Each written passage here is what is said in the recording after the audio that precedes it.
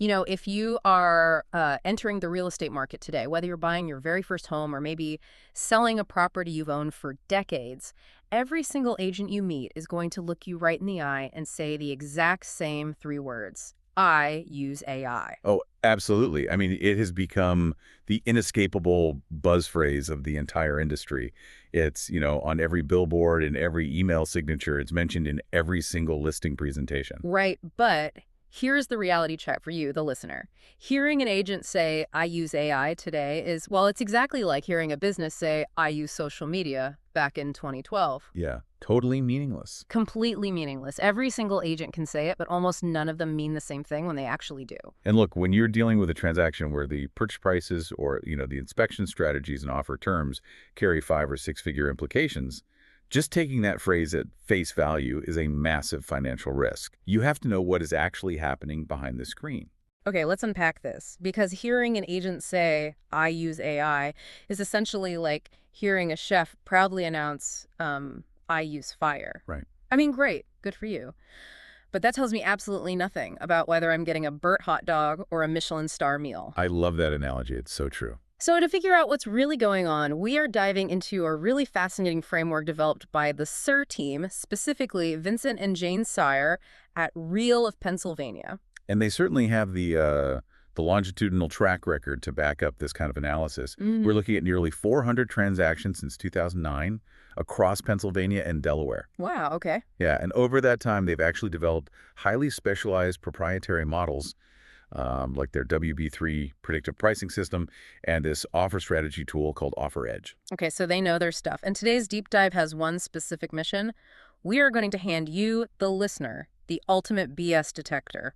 We're going to use the SIR team's vetting framework to help you figure out if an agent's use of artificial intelligence is actually protecting your hard-earned money or if it's just, digital smoke and mirrors. Yeah, and to really understand why I use AI is such a hollow claim, we first have to look at the massive gap in how it's applied.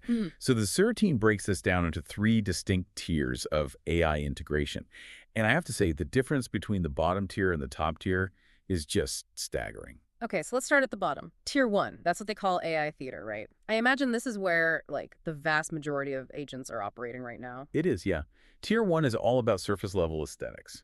It's an agent using ChatGPT to write punchy listing descriptions or draft polite emails to other agents. Or generate clever social media captions, that kind of thing. Exactly. Or maybe doing virtual staging, dropping digital furniture into photos of empty rooms. It's flashy, and it undeniably helps the agent work faster. But fundamentally, it's purely cosmetic. It just takes the exact same judgment the agent always had and produces it at higher speed. Okay, but wait, let me play devil's advocate for a second here. Sure. If Tier 1 AI allows an agent to write all their property descriptions and emails 10 times faster, doesn't that free up their schedule to spend more face-to-face time with me? Why isn't that operational efficiency a huge benefit to the buyer or seller? Well, because operational efficiency doesn't fix bad strategy. Ah. I mean, an agent having more free time to hold your hand during a house tour is nice, but if their underlying judgment about what that house is actually worth is flawed, that extra face time doesn't protect your wallet. Right, that makes sense. If they overprice your listing by $40,000, getting the listing description written in 10 seconds instead of an hour really doesn't matter. It's just faster bad judgment. Faster bad judgment. Okay, got it. So it's the burnt hot dog, just cooked in a microwave instead of on a grill. Exactly. Okay, then we move up to Tier 2, which they call operational integration.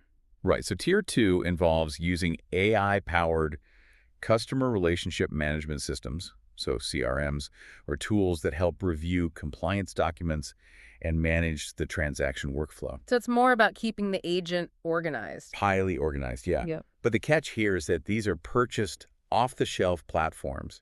They're available to literally anyone with a credit card. So there's no real competitive advantage. No, exactly. It might streamline the paperwork, but it doesn't change how that agent critically analyzes your specific neighborhood's market conditions. Which brings us to the holy grail, I guess. Tier 3, strategic integration. This is where the paradigm completely shifts. Tier 3 is about using AI upstream. Upstream, what does that mean in this context? So an agent operating at this level is using AI to build highly detailed buyer personas and predictive models before they even step into their first meeting with you. Oh. Yeah, they're using custom-built tools to interpret hyperlocal market trends and design pricing strategies. They aren't using AI to write a faster email after their thinking is done, you know. They're using it to sharpen their strategic thinking before you even see the output. Okay, so if I'm tracking this right, tier 1 is like buying a faster typewriter, but tier 3 is like having a brilliant co-author helping you plot the entire novel, fact-check the history, and anticipate the reader's reactions before you write a single word. That is exactly it. The distinction between downstream AI and upstream AI is the whole ballgame here. Mm. Downstream AI, so those first two tiers, produces collateral after the strategic thinking is already finished. Got it. But upstream AI improves the quality of the strategy itself. It analyzes variables a human might just completely miss, and it weights them objectively. Well, here's the thing, though. Since no agent on Earth is going to openly sit across from you at a coffee shop and admit, hey, just so you know, I'm stuck in tier 1 AI theater, you, as the client, need a way to expose the truth during an interview. Yes, you absolutely do. And that leads us directly to the core of this deep dive, the SEER team's vetting framework. You basically need to ask targeted questions that force an agent to reveal where they actually fall on that spectrum. Which is so empowering for the consumer. It really is. Let's look at how to structure this conversation, starting with how an agent actually prepares for you. Right, so the pre-transaction phase is incredibly revealing. You should be asking an agent how AI factors into their preparation before your very first conversation. I mean, before you ever see a house or discuss a list price. Which is funny because I would think the most important tech tools are used when you're actively touring homes or like in the middle of negotiating. Huh. Why is the prep phase the biggest tell of a good agent? Because it reveals whether the agent uses technology to anticipate your needs or merely to react to them.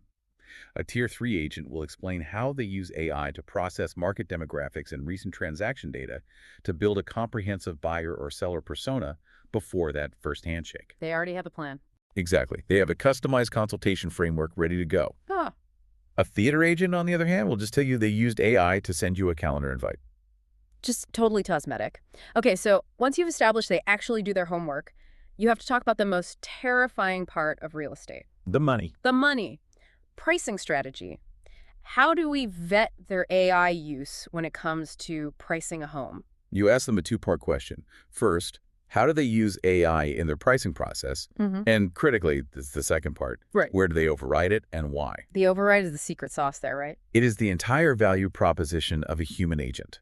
A theater answer will just name drop a shiny tool. They'll say, oh, our proprietary AI platform analyzes all the comparable sales and spits out the perfect price. Right, very flashy. But the real answer, the Tier 3 answer, will describe a specific scenario where their boots-on-the-ground knowledge superseded the algorithm. They will explain exactly why they ignored the AI. Because the algorithm doesn't know that, the house next door to the comps has a dog that barks 24/7, or that the basement smells faintly of mold. Exactly, or even broader neighborhood dynamics. The AI sees square footage and zip codes. The elite agent sees the reality of the street. And this flows right into how they interpret market intelligence, which is the next vetting question. Right, the data. You have to ask them how AI helps them look at raw data like days on market or price reductions and actually make sense of it. So what does a good answer sound like for that? Like, what am I listening for? A Tier 3 agent will use AI for hyperlocal pattern recognition, and they'll give you a concrete example. So let's say you have two towns that are 30 minutes apart. Okay. Town A is a massive commuter hub right on a train line. Town B is a sprawling, rural, equestrian-heavy area. If a house sits on the market for 45 days in Town A, the AI will highlight that as a massive red flag. Because things should sell fast there. Right, there is something fundamentally wrong with the price or the inspection. But if a house sits for 45 days in Town B, the AI models know that's just the normal velocity for a rural property. Same raw data, 45 days on market, but completely different strategic conclusions. Ah, whereas an average agent just sees the number 45 and panics. Exactly. That is a brilliant illustration. Okay, so once you've figured out the baseline price based on those neighborhood quirks, you actually have to go to battle. You have to write the offer. How do you vet an agent's ability to use AI in a bidding war? So you ask them how AI informs their recommendation in a highly competitive situation. In the bidding war, a theater agent will just let an automated valuation model spit out a digit. They'll just say, the AI says we should offer 550,000 to win, Which is just guessing with a computer instead of a dartboard. pretty much. But a real Tier 3 agent describes a multivariable strategy. They use their models to weight the seller's specific timeline, the market velocity of that exact subdivision, the risk of the home not appraising. Oh, right, the appraisal gaps. Yeah. And the value of escalation clauses and the statistical success rate of inspection waivers, they're feeding all these variables into a comprehensive framework to find the exact combination of terms that wins the house without overpaying. It is never just a random digit. So we've covered prep, pricing, market intelligence, and the bidding war. The last piece of this vetting process really has to do with the engine running under the hood. Yes, the infrastructure. You need to ask them about their infrastructure. Specifically, does their market intelligence come from a platform they subscribe to or a system they have built themselves? And what's fascinating here is the concept of the data moat. If an agent subscribes to a flashy AI tool, that intelligence is instantly commoditized. Because anyone can buy it. Right. Any other agent in the city can buy the exact same subscription tomorrow and have the exact same insights. Furthermore, the extreme granularity required for true hyperlocal intelligence, like knowing the microtrends of a specific school district over 10 years, it simply does not exist in purchasable off-the-shelf data sets. It's like renting an apartment versus building equity in a house.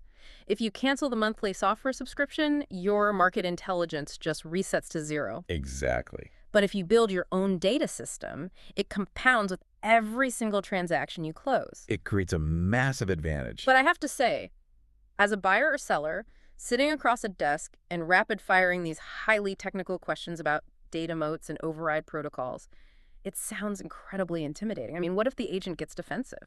Well, defensiveness is data. Oh, I like that. If you ask about their data infrastructure or their override protocols, and the agent gets dismissive or acts annoyed or tries to pivot the conversation back to how fast they can generate a virtual tour, Well, you have your answer. they're doing theater. Yes? Listen for specificity. Vague enthusiasm equals theater. Concrete examples with named outcomes equal true integration. And honestly, by asking these questions, you are self-selecting as a thoughtful, high-tier client. You are establishing the standard for the entire relationship.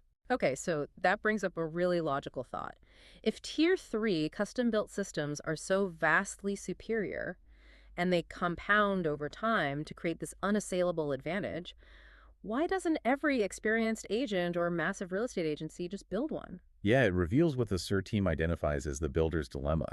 Building a genuine proprietary market intelligence system requires a very rare trifecta to happen simultaneously. Okay, what's the trifecta? You need massive transaction volume to generate meaningful training data from the models. You need the technical inclination to actually build and refine the architecture rather than just paying a vendor for it. Yeah. And you need significant time in the market to accumulate longitudinal pattern recognition. So if I'm a brand new agent, let's say I'm a 22-year-old digital native who codes Python on the weekends and knows everything about machine learning, I still can't build this. No, because you have zero data history. I mean, you could have all the technical skills in the world, but your model is only as good as the transactions it has analyzed. A new agent has seen almost nothing. You cannot shortcut or purchase a decade of hyperlocal closed deal history. Got it. But what about the other end of the spectrum, like the 20-year veteran who has been closing 40 deals a year since the housing crash? They have all the historical data. They have the data, but they almost never have the technical inclination. These are relationship-driven professionals. The interpersonal skills that made them successful face-to-face overlap very little with the deep technical skills of a data engineer. That makes a lot of sense. So what do? So they try to bridge the gap by relying on generic, no-code vendor solutions. They buy a plug-and-play dashboard that produces generic outputs at a generic resolution. It is Tier 2 operational software dressed up to look like Tier 3 strategic AI. Ah, I see. The capability ceiling is set by whatever tech vendor they bought the software from, not by the agent's actual market experience. Okay, but surely the massive, high-volume real estate teams, the ones with their faces wrapping city buses and dominating the billboards, surely they have the volume, the massive budgets for tech, and the time in the market. They absolutely do. And this reveals the large team blind spot. These huge teams definitely build highly sophisticated AI systems, but they build them for the entirely wrong thing. Wait, really? Like what? They build their AI for lead generation. Wait, their AI is just designed to find clients. Yes. Their proprietary AI is designed for behavioral scoring, database reactivation, and predictive seller identification. Hold on, database reactivation. What does that actually look like in plain English for someone who is just trying to sell their house? In plain English, it means the massive agency has a custom AI algorithm constantly scanning a 5-year-old list of past clients and email subscribers. The AI is tracking to see who recently clicked on a link about current mortgage rates or who lingered on a neighborhood market report. And then it flags that person as a warm lead so the sales team can immediately bombard them with targeted ads or cold calls. It is highly advanced technology, but its sole purpose is to solve the agency's business development problem. It does not solve your pricing problem. Let me get this straight. A massive real estate team using custom AI for lead generation is basically using a hyper-advanced military-grade radar just to get me in their boat. But once I'm actually sitting in the boat, they have absolutely no idea how to navigate the waters. Spot on. When you are sitting at a kitchen table writing a competitive offer, you do not need the agent's sophisticated marketing funnel. You need longitudinal district-level data to know exactly what that specific house is worth on that specific Tuesday. Right. Massive teams organize their data architecture around clients, not markets. Their AI tells them exactly who converted from a Facebook ad, but it doesn't tell them what a specific school district was doing in one quarter that predicted closing prices in the next. You cannot let yourself be impressed by the wrong technology. That completely flips the script on what a successful tech-forward agency actually looks like. But there is actually one more layer to this entire puzzle. Before you even get the chance to sit down and ask an agent those vetting questions, before you realize they have the large team blind spot, a hidden layer of AI has already determined who you are talking to in the first place. The zeroth question. Exactly. We have to rewind to what the source material calls the zeroth question. How did you find this agent to begin with?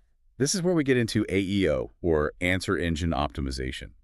Elite agents realize that consumers aren't just typing keywords into Google anymore. They're asking complex questions to AI engines like ChatGPT, Perplexity, or Claude. And these agents are using AI to ensure they are the ones providing the answers. So how does an agent actually do that? Like, how do they optimize for an answer engine instead of a search engine? What are the mechanics there? Well, they aren't just writing generic blog posts stuffed with keywords anymore. They are taking their proprietary deep market knowledge and structuring it. Structuring it how? They're formatting their insights on microtrends, specific neighborhood zoning laws, and historical pricing data into clean, machine-readable formats and embedding it into their digital footprint. So when an AI crawler from Perplexity comes scanning the web to answer a user's prompt about, say, average seller concessions in the specific zip code over the last 6 months, it finds the agent's highly structured authoritative data first and serves it to the user. So if you prompted an AI with, what does 45 days on market mean for a townhome in Downingtown right now? And a specific agent's highly detailed, nuanced answer pops up as the source. That is AEO, getting them the swipe right on the dating app. But just like a dating app, you have to be vigilant about catfishing. Right? The massive caveat here is content theater. An agent can use generative AI to mass-produce huge volumes of Yesterday, hyper-specific Redfin localized launched content private to listings gain with the the data AEO removed. system without Today, actually having the Zillow real-world answered experience or with data their systems own to coming back it up soon in person. product. Right, so Keller the Williams, answer engine optimization Remax, gets you the first Home date, Services. but you still The have to difference? deploy the vetting Zillow questions kept the on data that date visible. to make sure they aren't But here's what catfishing you just with happened. AI-generated fluff. Every major platform Exactly. now has a If we look at the pre-market complete product. ecosystem, The agents unified really open fall market into you've three been camps searching, today. it no longer First, you exists have as agents a who default. use AI to get found online, but lack any strategic depth in person. That is content theater. Okay. Second, you have veteran agents who have incredible depth and knowledge, but can't be found because they haven't adapted their data for AEO. Oh. And third, you have the rare few who do both, whose digital footprint reflects genuine, structured hyperlocal knowledge, and whose in-room conversation confirms they have the Tier 3 systems to back it up. The complete package. Right. I use AI is never the answer. It is merely the beginning of the question. AEO combined with in-room verification is the ultimate signal of a true professional. So what does this all mean for you listening right now? We've gone from the hollow, meaningless brag of, I use AI, and we've explored the massive gulf between Tier 1 theater and Tier 3 upstream strategy. We've armed you with the essential vetting questions to organically expose the truth about an agent's preparation, pricing models, bidding frameworks, and data modes. It's a lot to take in, but it's crucial. It is. We've explored the blind spots of massive agencies who use tech just to hook you, and we've unpacked the hidden mechanics of answer engine optimization. Armed with this knowledge, you are now entirely in the driver's seat. You literally have the vocabulary to force an agent to prove their worth. You really do. You can ensure that the person handling your life savings is actually using technology to make their judgment sharper, not just to write faster emails. You are no longer flying blind. You know exactly what questions to ask, and more importantly, you know exactly what mechanisms and specific examples to listen for when they answer. But before we wrap up today's deep dive, I want to leave you with a final thought to mull over. Something that builds on everything we've just discussed. If this rare, compounded, Tier 3 intelligence truly becomes the absolute gold standard for savvy buyers and sellers, what happens to the market ecosystem when the veil is finally lifted on the AI theater agents? That is the million-dollar question. It raises an important thought about the future landscape of the entire profession. Will the widespread adoption of real upstream AI by educated consumers ultimately cause a mass extinction event for the average real estate agent? Are we rapidly heading toward a future where the only people left standing in this industry are the hybrid data engineers and the deeply specialized local experts, while the vast ocean of middle-of-the-pack agents just vanishes entirely? It's definitely something to prepare for. It's something to chew on before you sign your next representation agreement. Because remember, when they proudly tell you they use fire, Yeah. you need to know if they're cooking a Michelin star meal or if they're just about to burn down the kitchen.